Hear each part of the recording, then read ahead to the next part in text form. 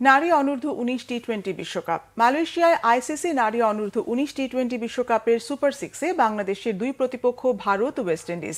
১ নম্বর গ্রুপে লড়বে এই তিন দল। সুপার সিক্সের এই গ্রুপে অন্য তিন দল অস্ট্রেলিয়া, শ্রীলঙ্কা ও স্কটল্যান্ড। ১২ দলের বিশ্বকাপে বাংলাদেশ এবার ডি গ্রুপে অস্ট্রেলিয়ার সঙ্গে স্কটল্যান্ড ও নেপালকে প্রতিপক্ষ পায়। প্রথম ম্যাচে নেপালকে ৫২ রানে অল আউট করে ৫ উইকেটের জয় পায় বাংলাদেশ। এরপর অস্ট্রেলিয়ার বিপক্ষে ৯১ রানের পুঁজি গড়ে ২ উইকেটে হেরে যাওয়া দলটি শেষ ম্যাচে স্কটল্যান্ডের বিপক্ষে ৯ উইকেটে ১২০ করে ১৭ রানে জয় পায়। ৩ ম্যাচে ২ জয় ও ১ হারে ৪ পয়েন্ট নিয়ে গ্রুপে অস্ট্রেলিয়ার পেছনে থেকে দ্বিতীয় হয় বাংলাদেশ। সুপার সিক্সে সুযোগ পায় ১ নম্বর গ্রুপে খেলার। সেখানে আগামী রবিবার ভারতের বিপক্ষে প্রথম ম্যাচ খেলবে সুমাইয়া আক্তারের দল। কুয়ালালামপুরের বায়ুএমাস ওভালে হবে ম্যাচটি।